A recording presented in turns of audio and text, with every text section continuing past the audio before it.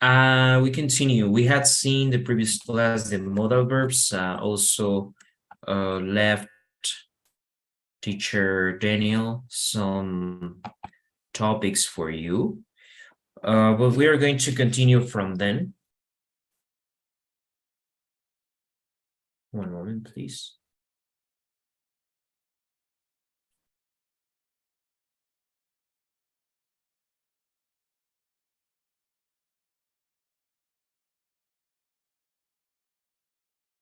Okay. Well, so what are we going to learn today? We continue. We had seen the previous class the modal verb. What are we going to learn? So it's vocabulary about art. We are going to focus today on music. But first, there's like this, well, we were going to have this a kind of debate. Let's listen to the next audio. Pay attention to it. And there is a question here. Is everything art? Is the debate of today.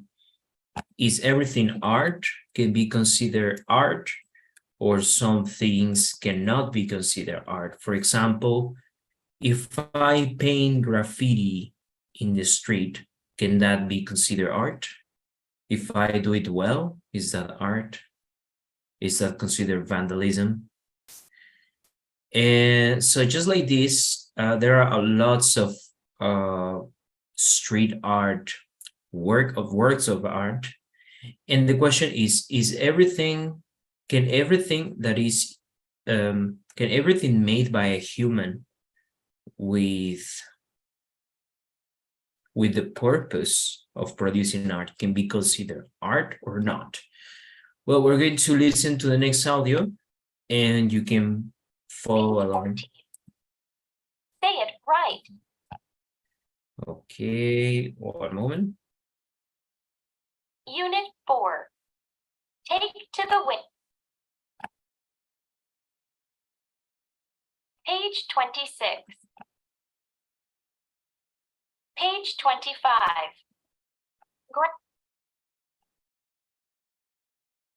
Unit 3. Art all around us. Page. Okay, let's listen to the next audio, please, guys. Unit 3. What is art? Page 20. 4. Reading. An online debate. Exercise 2. Read and listen to the debate. How do Josh and Kayla define art? Everyone's an artist. You draw, you paint portraits, you do sculptures, or you're a living statue. It doesn't matter. Everyone's an artist. The case for Josh, age 15, San Diego, California. We look at the Mona Lisa or a Picasso painting, and we say, that's art. But what about the amazing graffiti on your street? What about photographs posted online by our friends? What about your school art exhibition? You worked hard, and it's great. So is that art? To me, art is anything that's creative. Of course, I like going to famous museums, but I also like drawing portraits of my friends. I'm not very good, but I'm creative, I'm passionate about it, and my friends like it. Most of all, I like it. The case against Kayla, age 16, Charlotte, North Carolina. I like visiting art museums too. Why? Because I like looking at good art. Art is not the drawings of 4-year-old children. It isn't painting your body crazy colors and standing in the street. And it certainly isn't graffiti. Some people say, if it's creative and cool, it's art. I don't agree. Art is the result of hard work and study. My aunt is an artist. She went to art school for 6 years. She doesn't make much money, but sometimes her sculptures are in exhibitions. Her art is great. Art is very hard, and not many people can do it well. What is art? What's your opinion?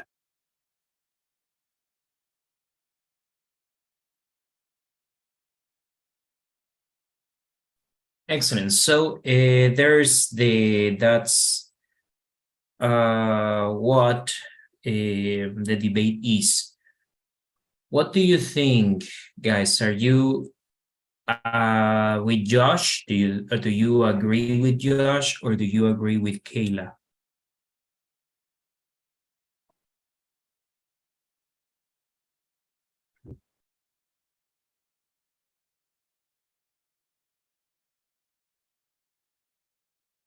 What do you think, Jesus? Are you in? Do you agree with Josh or Kayla?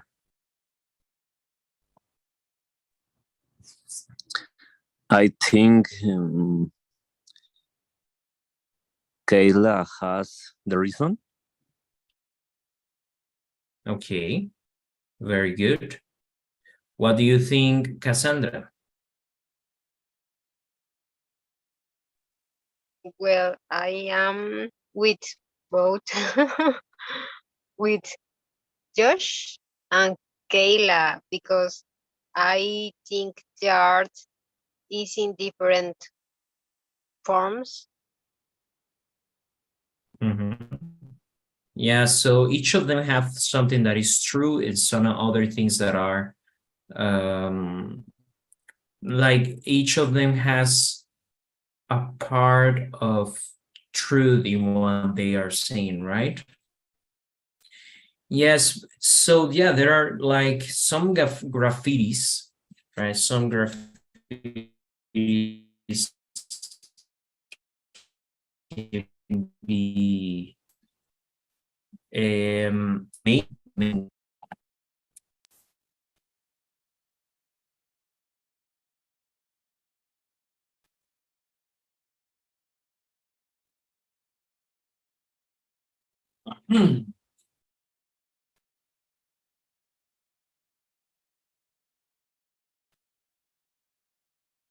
One second. For example, look at these works of art. Yeah, so it looks the person or people who made them put a lot of effort and heart on what they did.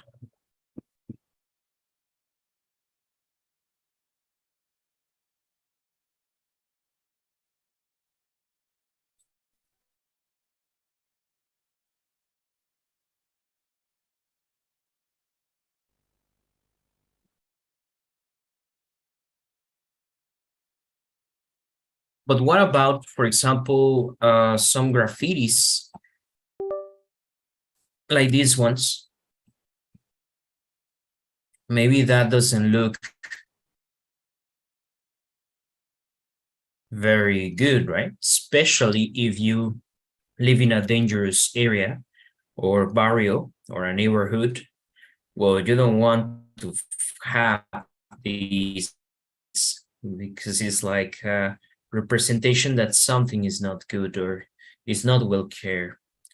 But at the same time, there are people that are artists like Yoko Ono that, for example, have an apple in their exhibition and they say, this is art, right? You know Yoko Ono?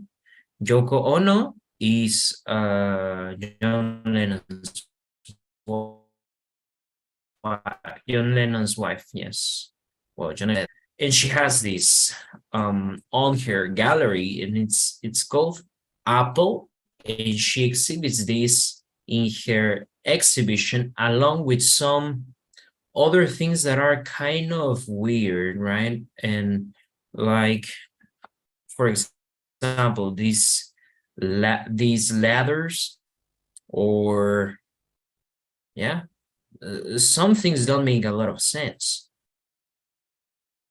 There's seeing one that is I don't know if you ever seen it, it's like the banana, and it's stick to the wall like this, right? So, well, I don't think this is something that you would consider art, but some people defend that they can do anything and that they can be considered art.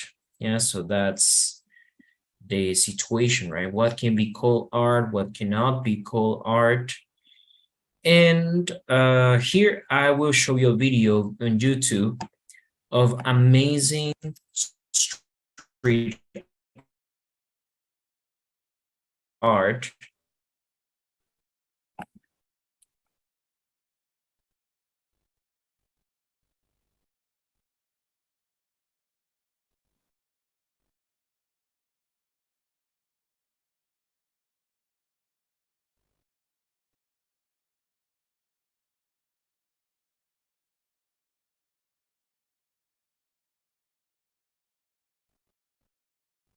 Okay, well, let's watch the next video.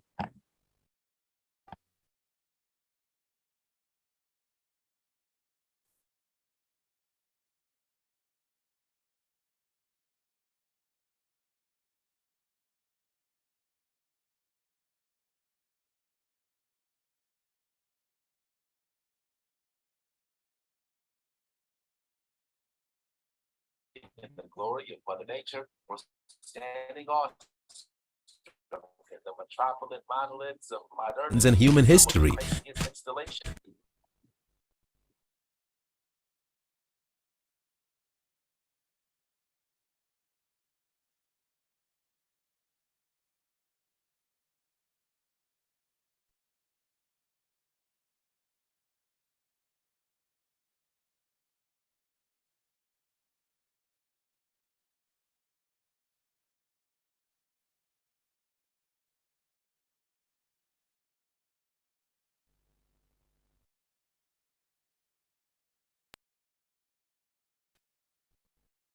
Everywhere you look, there's a work of art to catch your eye.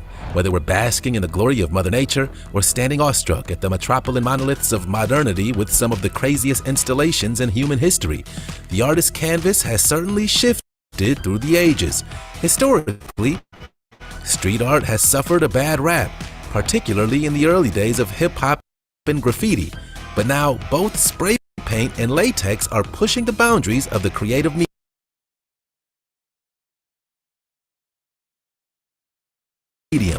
From optical illusions to moving mannequins, here's 15 amazing street art that is at another level. Skeletons rising from the dead. This is in Mexico City. People, of course, as you might guess, are preparing for Dia de Muertos, the Day of the Dead festival. Don't forget to hit the like button, subscribe to Missing Files, and click the notification bell for the best daily videos.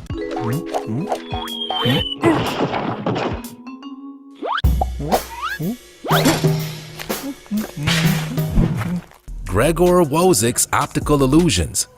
Alright, for our first entry into the weird and wonderful world, let's take a look at one of the most surprising and unexpected practitioners of the concrete canvas. While street art is typically associated with graffiti artists and social revolutionaries trying to take a chunk out of the system, believe it or not, but that's not always the case. Meet Gregor Wozik, a Polish-German artist who's classically trained and has been practicing his incredible art since the early 1980s.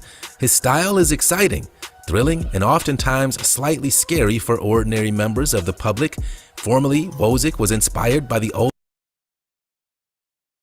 masters of classic art, with his favorite idols being Caravaggio and Rembrandt, and his style has been forged by the various oil and acrylic paintings of the old world. However, Gregor Wozik enjoyed nothing more than the huge mural paintings of old, and after seeking a bigger and bigger canvas to produce his art, he finally found the walls of buildings and the concrete pavement of the streets as the perfect place to ply his craft. In 2008, Wozik presented his first exhibition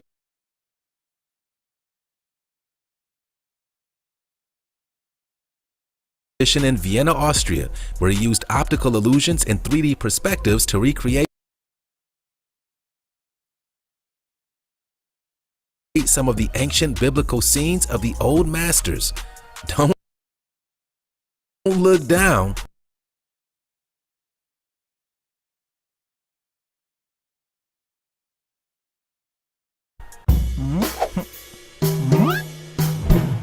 The title murals. The truth is, graffiti and urban exploration often go hand in hand, and most of the thrill that was captured in the early days of street art was in trying to access the most inaccessible of places in order to leave behind a tag or a mural that signified that you, the artist, were there. It was awesome and thrilling, and part of the reason why graffiti became so impactful during the late 80s and the 90s. So then, what could possibly be more inaccessible than painting a picture underwater? Okay, maybe not quite, but the method remains the same. Meet Hawaiian artist Sean Yoro, an incredible talent who has taken his painting studio along for a ride on the waves of the Hawaiian shoreline and across the waterways and rivers of the beautiful Hawaiian Islands. Although the artist has been pretty coy about the exact location of these murals, he insists that all of them were installed in places that appear to be abandoned and lifeless. His goal was to breathe life into the areas through murals and art, installing them in the most unexpected of places. Sean's intention was to represent the many changing moods of the times that we're currently living through, almost as if the landscape itself had a myriad of emotions to present. Beautiful. Insane 51's hidden art.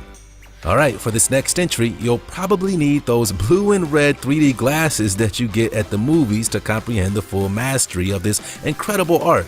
But luckily for us, some sort of the technical wizardry has given us the ability to truly appreciate its optical illusion. Meet Stathis Savalius, also known as Insane 51. Eventually came to the artistic realization that blending both green and overlapping layers would create a three-dimensional illusionary effect. The rest, as they say, is history. As one of the pioneers of a method known as the double exposure 3D, Insane 51 has since partnered with many art exhibitions across the planet, including some of the most prestigious street art festivals in Europe, where his pioneering eye for optical illusions have wowed bystanders. Depending on the color of the light exposure on the street art, observers will see contrasting images. In some lights, they'll see a beautiful woman staring back at them. In others, they'll see a terrifying and snarling wolf. Awesome. Tom Bob's reinventions. While street art is often reserved for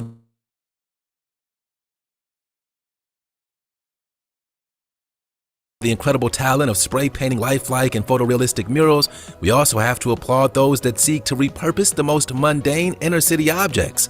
For our next entry, let's take a look at a street artist to whom nothing is useless. Meet Tom Bob, an artist who has since gained a reputation for running amok the streets of New York and Massachusetts, who uses the forgotten elements of the street to create a series of whimsical and oftentimes magical artwork. Whether it's turning electric meters into devious primates or turning sewer drains into the ghosts from Pac-Man, Tom Bob somehow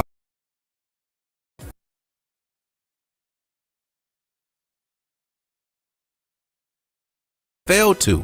While many would take a look at a boring old manhole cover and see nothing but an entrance to a sewer, Tom Bob sees a cast iron skillet frying eggs. Many would look at old window covers and rustled metal bars, but Tom Bob sees the silhouette of a bird that has escaped its cage. Although the work can be seen as simple, it's certainly far from obvious, and it's difficult to look at the whimsical works of Tom Bob and not crack a smile. And that's amazing.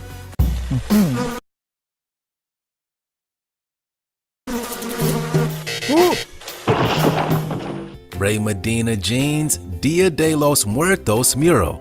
Alright, hold on to your hats because this next one is mind-blowing, believe it or not, but by using crumbling street features, junk and rubble, this incredible artist brought to life the idea of a skeleton rising from the rubble, much in keeping with the immensely important Dia de los Muertos, the Mexican Day of the Dead festival that celebrates ancestors from eras past.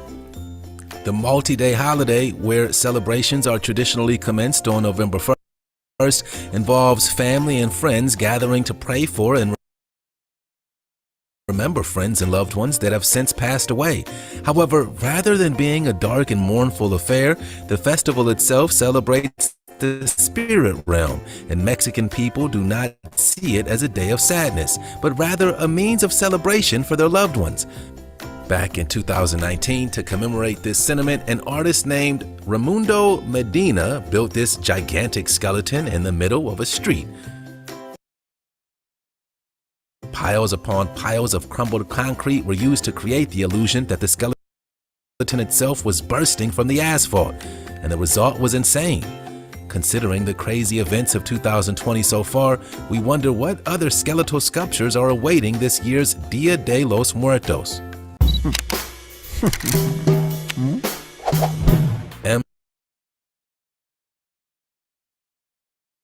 City's Carvive mural. While many examples of street art are applied for the sheer joy of being alive, some other murals depict a much deeper display of the human condition.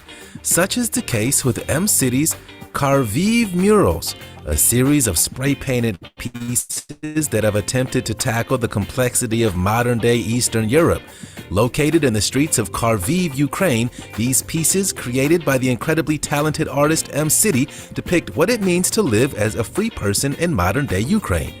Considering the troubled Soviet history, as well as being a country awash with both Russian sympathizers and freedom fighters, amidst a proud independent political landscape. Hey guys, well, we're not going to continue because it's too long. But so which of these was your favorite kind of urban art? Did you like any of the ones that I showed you?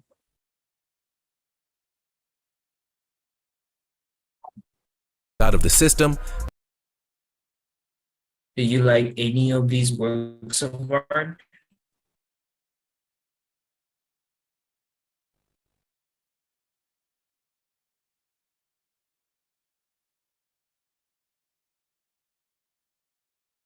This one with the frog.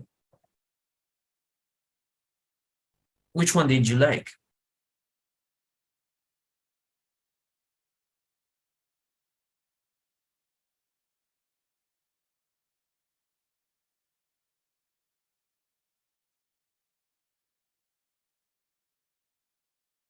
You can comment on the chat too if you can participate.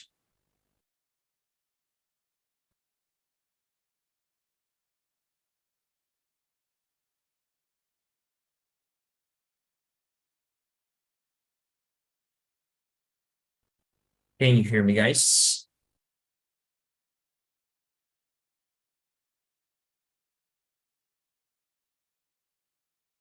Okay, graffitis. Good.